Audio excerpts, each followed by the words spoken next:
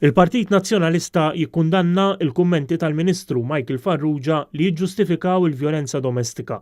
Il-kummenti tal-Ministru Michael Farrugia li jekk taħdem si attwali jiskużak minn abbuż ta' vjolenza domestika u insultu ta' ħsara kbira għal-vittmi kollha tal-vjolenza domestika. Il-Ministru Farrugia qiegħed jiddefendi lill-ex Assistent Kummissarju tal-Pulizija Mario Tonna li rriżenja wara li sar rapport mis-sieħba tiegħu jakkużah bi vjolenza domestika li ma' rapport ġie żvelat mill-ġurnal In-Nazzjon.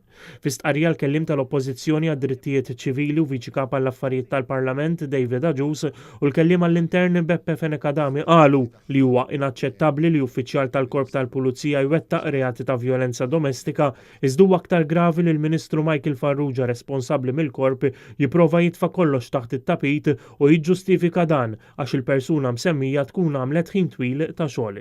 Il-kummenti tal-Ministru Michael Farrugia huma insult u daqqa ta' ħar tal-vittmi kollha tal-vjolenza domestika. L-isforz nazzjonali li qed isir minn ħafna organizzazzjonijiet professjonisti u anke l-oppożizzjoni biex tinelep il-problema tal-vjolenza domestika qed jiġi sistematikament imminat mill-Ministru tal-Gvern li suppost huwa responsabbli mill-protezzjoni u s-sigurtà taċ-ċittadin.